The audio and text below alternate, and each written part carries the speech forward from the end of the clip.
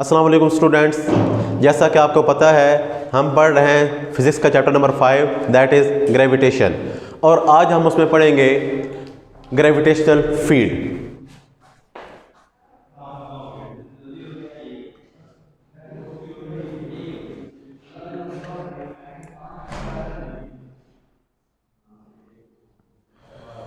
Gravitational field क्या होता है? आपको पता है अर्थ हर बॉडी पर फोर्स लगाती है जो कि उसके करीब करीब होता है। अब देखते हैं, ये जो राउंड शेप है इसको आप अर्थ कंसीडर करें, that is centre of earth.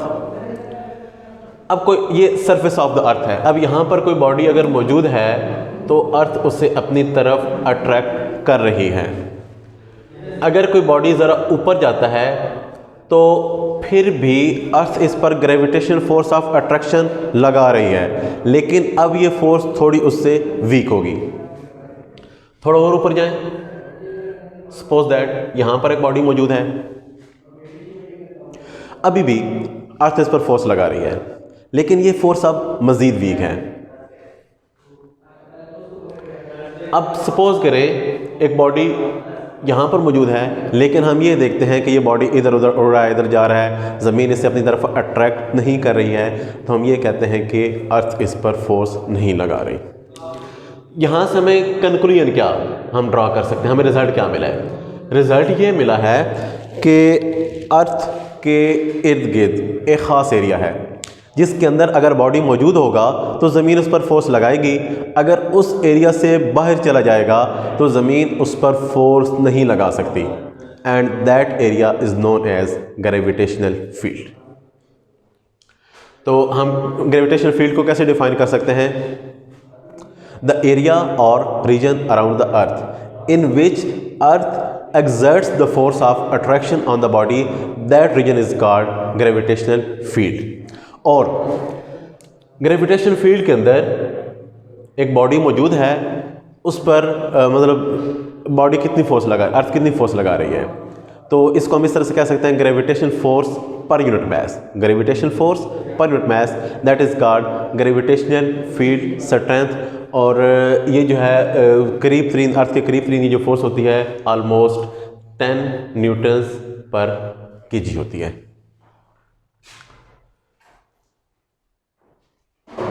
Next चलते हैं, अब हम मास ऑफ अर्थ कैलकुलेट करने जा रहे हैं।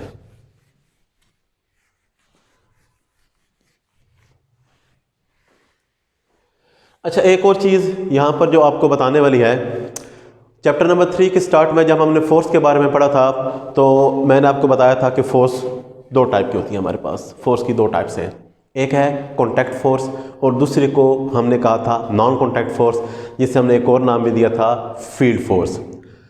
अब ये कॉन्टैक्ट फोर्स और नॉन कॉन्टैक्ट फोर्स में क्या फ़र्क है? फील्ड फोर्स और कॉन्टैक्ट फोर्स क्या होती हैं?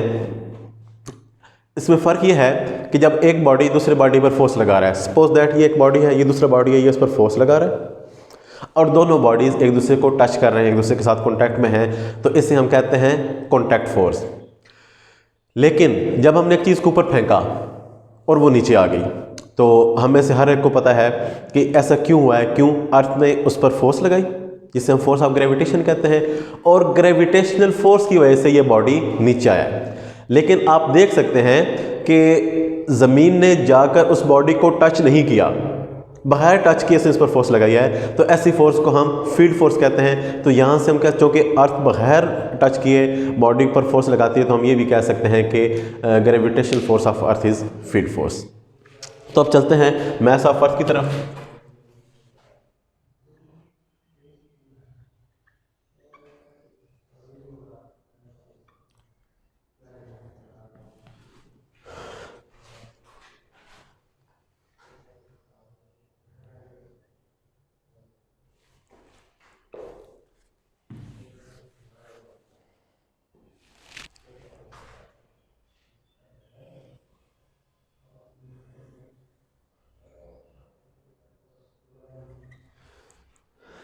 यह है earth, this is the surface of earth, और सरफेस ऑफ अर्थ के ऊपर हमने एक बॉडी रखा है।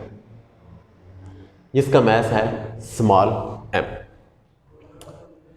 ये अर्थ है, अर्थ का जो मैस है इसे हम लिखते हैं कैपिटल M से और इसके सबस्क्रिप्ट में हम E लगाते हैं। ये सिर्फ अर्थ के लिए है, वैसे किसी भी चीज़ के मैस को हम स्मॉल m से लिखते हैं, लेकिन अर्थ के मैस को कैपिटल M से लिखते हैं। This is the centre of earth. अब सेंटर से लेकर सरफेस ऑफ द अर्थ तक का जो डिस्टेंस है उसे मैं लिखूंगा कैपिटल R से।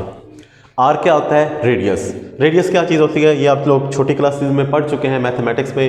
मैं आपको मज़ीद बता देता हूँ। ये एक सर्कुलर शेप है, सर्कल का ये सेंटर है। सेंटर ऑफ द सर्कल से लेकर सर्कल की बाउंड्री तक जो डिस्टेंस होता है उससे कहते हैं रेडियस, रेडियस ऑफ सर्कल, और उसे स्मॉल r से रिप्रेजेंट करते हैं। लेकिन सिर्फ एक चीज़, ये अर्थ के रेडियस को हम कैपिटल R से लिखते हैं।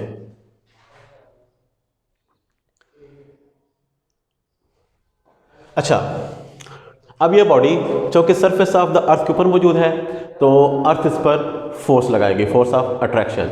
अब वो फोर्स, उस फोर्स वो कैसे होगी, कैसे हम कैलकुलेट कर सकते हैं या वो फोर्स कितनी होगी, इसके बारे में हमें बताता है law of gravitation. Law of gravitation कहता है वो फोर्स इसकी इक्वल होगी, F is equal to G m1 m2 और D square. G gravitational constant, m1 और m2 दोनों बॉडीज का मैस एंड D उन दोनों बॉडीज के दरमियान डिस्टेंस।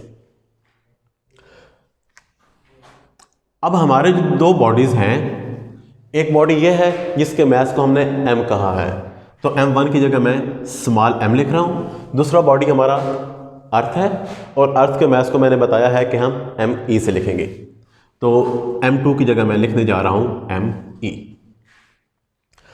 और D डिस्टेंस, अब इन दोनों बॉडीज के दरमियान डिस्टेंस कितना है? डिस्टेंस इनके सेंटर से मेजर किया जाता है चूँकि, तो यहाँ से हम डिस्टेंस मेजर करेंगे तो यहाँ से यहाँ तक जो डिस्टेंस है दैट इज़ ऑलमोस्ट, वो तकरीबन R के ही इक्वल है, तो लिहाजा मैं इस डिस्टेंस को R के इक्वल ही लिखूँगा और ऊपर पावर 2 आ गई। अब हमें पता है कि अर्थ के फील्ड में जो बॉडी मौजूद होता है, अर्थ उस पर जो फोर्स लगाती है उसे हम कहते हैं वेट। यही वेट की डेफिनेशन हमने पढ़ी थी। वेट क्या होता है? वो फोर्स जिससे ज़मीन किसी भी चीज़ को अपनी तरफ खींचती है, अट्रैक्ट करती है। तो लिहाजा हम कह सकते हैं this force is equal to weight. तो मैं कह सकता हूँ F equal to W, and हमें पता है W इक्वल टू होता है mg के। लिहाजा इस F की जगह मैं mg पुट कर सकता हूँ, तो लिखते हैं mg equal to G m me और R स्क्वायर। ये फैक्टर दोनों तरफ सेम आ रहा है, लिहाजा इसको मैं कैंसिल कर रहा हूँ। हमारे पास क्या बचा? G is equal to G me और R स्क्वायर। अच्छा, ये जो रिलेशन है इसको आप कभी भी G की वैल्यू फाइंड करने के लिए भी इस्तेमाल कर सकते हैं। अब हमें चूँकि मैस ऑफ द अर्थ चाहिए तो मैं इस फार्मूले को उस तरह से एडजस्ट करता हूँ, m को इस तरफ रखेंगे, G अपनी जगह पर मौजूद रहेगा, R यहाँ पर डिवाइड हो रहा है, उधर जाकर मल्टीप्लाई हो जाएगा, G इधर मल्टीप्लाई हो रहा है, उधर जाकर डिवाइड हो जाएगा। अब हम इनके अंदर इनकी वैल्यूज पुट करेंगे। तो सबसे पहले G आपको पता है ग्रेविटेशन एक्सेलरेशन चैप्टर 2 के एंड पर हमने पढ़ा था, और इसकी वैल्यू फिक्स होती है जिसे हम कांस्टेंट वैल्यूज कहते हैं, दैट इज 10 मीटर्स पर सेकंड स्क्वायर। साथ में R रेडियस ऑफ अर्थ है, ये भी कांस्टेंट वैल्यू है, दैट इज 6400 किलोमीटर्स। इसे जब हम मीटर्स में लिखेंगे तो ये चूँकि ऐसा यूनिट हमारे पास लेंथ का मीटर है, तो लिहाजा हमें इसको ऐसा यूनिट्स में कन्वर्ट करना है, तो ये बन जाता है 6.4 मल्टीप्लाई 10 पावर 6 मीटर्स। इसके अलावा हमारे पास G है 6.673 multiply 10 power -11, newton metre square पर केजी स्क्वायर। ये सारी के सारे कांस्टेंट वैल्यूज़ हैं और इन्हें आपने खुद ही याद रखना है। और यहाँ पर 2 जी है, एक स्मॉल जी एक कैपिटल जी, तो आपको पता है फिर भी मैं क्लियर करता चलता हूँ। स्मॉल जी ग्रेविटेशन एक्सेलरेशन होता है और कैपिटल जी ग्रेविटेशनल कांस्टेंट है। अब इन सब की हम वैल्यूज पुट करते हैं।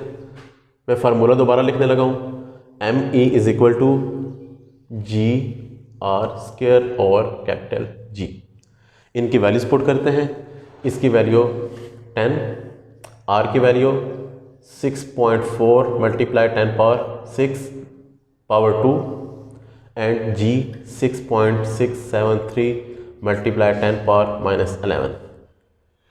इसको जब हम कैलकुलेट करेंगे, सबसे पहले क्या करेंगे, इस वैल्यू को स्क्वायर लेंगे, इसको हम मल्टीप्लाई 10 करेंगे और जो रिज़ल्ट आएगा उसको हम इस पे डिवाइड करेंगे, तो हमारे पास जो फाइनल वैल्यू आएगी वो आएगी 6.0 मल्टीप्लाई 10 पावर 24। इसको हम ऐसे भी लिख सकते हैं 6 मल्टीप्लाई 10 पावर 24 kg।